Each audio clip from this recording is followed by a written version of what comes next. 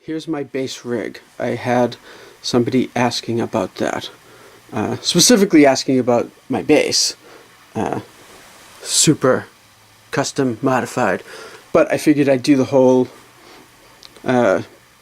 kit and caboodle. So anyway, I'm going to first talk about my bass, and then we'll do a video about the amp and the compressors and the whole system. So anyway, as you can see, it is a Squier Jazz Bass, and I grabbed it because I liked the retro 70s styling, especially the natural finish and the black block inlays, and it has the black binding on the neck. I don't know if you can kind of see that a little bit. Against the black amp, it's a little hard to see, but anyway, you know, nice. I've played a bunch of jazz basses.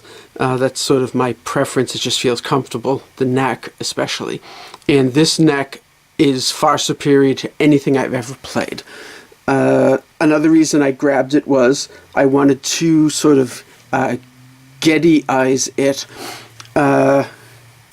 It's a maple body, and the Rickenbacker 4001s and now 4003s are maple body. So I figured this would be like a jazz bass, but with a maple body, and it would have like a little more of a kind of Rick tone to it. And what I ended up doing is putting in a Rickenbacker neck pickup and a Rickenbacker bridge pickup. And I left the middle jazz pickup in there, just, you know, for fun. The neck pickup is where it should be on a 4001, as far as like the scale length and stuff. A 4001 has a shorter scale length, and, you know, different setup, neck and everything. But as far as like where this should be, it's where a 4001 would have it. 4003 has it, I believe, a little further away, further down the scale length. The jazz bass pickup is right where it was, and it's the one that came with the bass. It's a Duncan design, and I like it. I have no problem with it whatsoever. And then the treble pickup, I figured since I have the middle pickup, I would put the treble pickup a little closer to the bridge and just accentuate a little bit of the high endiness of it, and that way I have the bass, the middle, and the treble, which of course a Rick 4001 only has the bass and the bridge treble pickup. So I figured I'd kind of split the difference there and do that. I grabbed Rickenbacker knobs, so I have it says bass volume, bass tone, so volume and tone for the neck pickup, and then volume and tone for the bridge pickup. And then down here is jazz bass knob, you know, keeping with the jazz bass pickup thing. That's sort of a blend knob to blend the middle jazz bass pickup in to either combination. I have it run in stereo, and if you plug in, let me crouch way down here. I don't know why I didn't do this up on a chair or something to make it easier for me. But anyway, if I plug a single jack into this, a single cord into this here, then it's all three pickups in mono. As soon as I put one into this, it then splits them so that this is the bass pickup, and this is the treble pickup with the jazz pickup blended into it. So just the bass, you don't get the jazz in, even if you turn the knob up or down, whatever. It's just the strict Rickenbacker bass pickup. I put a badass 2 bridge on it, you know, just like Geddy. Why not, right? and I think it adds a little high-end snap to it, but you know, whatever. I just did it because, you know, whatever. So that's really sort of the rundown on the bass. Everything else on it is stock. Of course, I had to cut a big hole in the back for the controls and the output jacks, and I made that cover just by hand out of a piece of pickguard material, and I think it came out quite spectacular. I'm very happy with it. It's like pretty much like perfectly circular, and it fits in great. But anyway, everything else, it's pretty much stock on here. So that is the bass. So let's listen to it and see what all the different sounds sound like.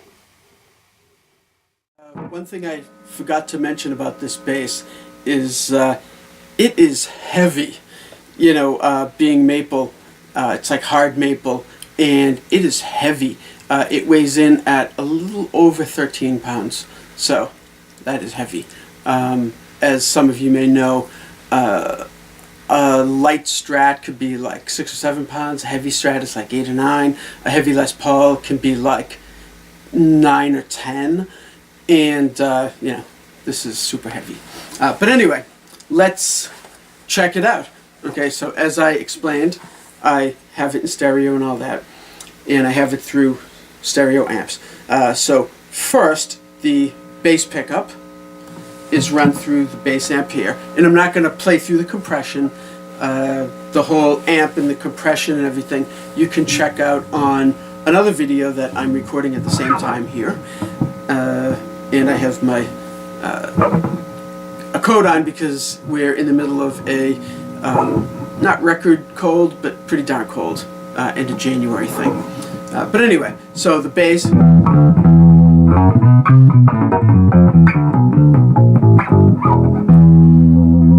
And there's rattling just around the house and everything, so try to ignore that, like buzzing and stuff.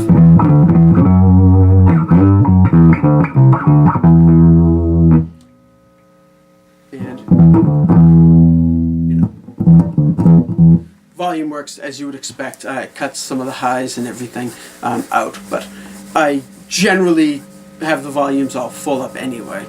And then the tone control, you know, works as you would expect.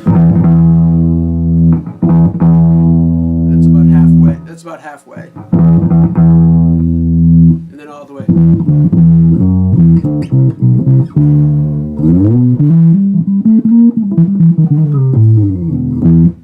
And then, of course, with the compressor on, it helps get rid of some of that, you know. Something just fell.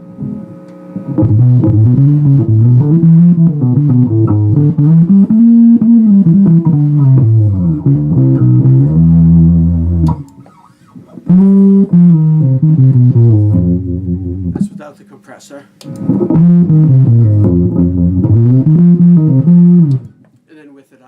And I have it with the gain up a bit just to sort of goose the amp a little more.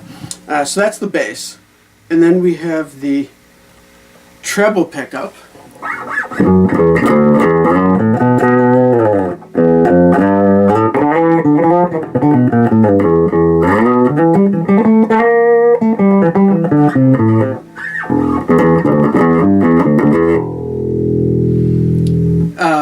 You know, obviously it sounds a little weaker, but then I have the compression, the CS2 that really kind of pushes it. So that's kind of weak too.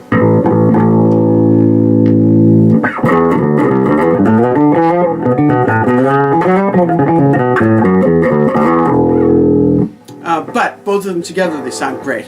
I just, you know, I rarely play them separated like that. So that's the bridge pickup. And then I can blend in the jazz bass middle pickup. And I have it, I think inadvertently, I wired it out of phase. So all the way up, it has a bit of like a, you know, out of phase hollow to the treble with the middle pickup added. And then when I turn it down to like 8 or 8.5 or something, all of a sudden volume goes back in. So that's up. And when I turn it down, you hear it kind of come back in. That's without it.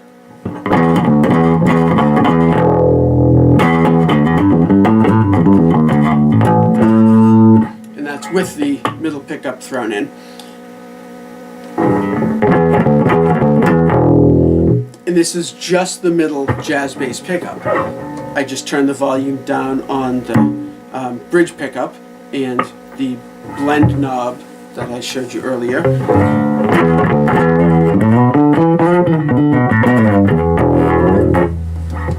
Can't really play it like that.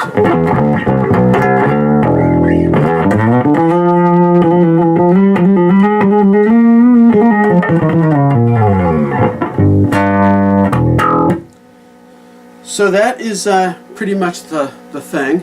And then if we dial all of them in, and actually I'm taking the bridge pickup out because I kind of prefer that for the live sound.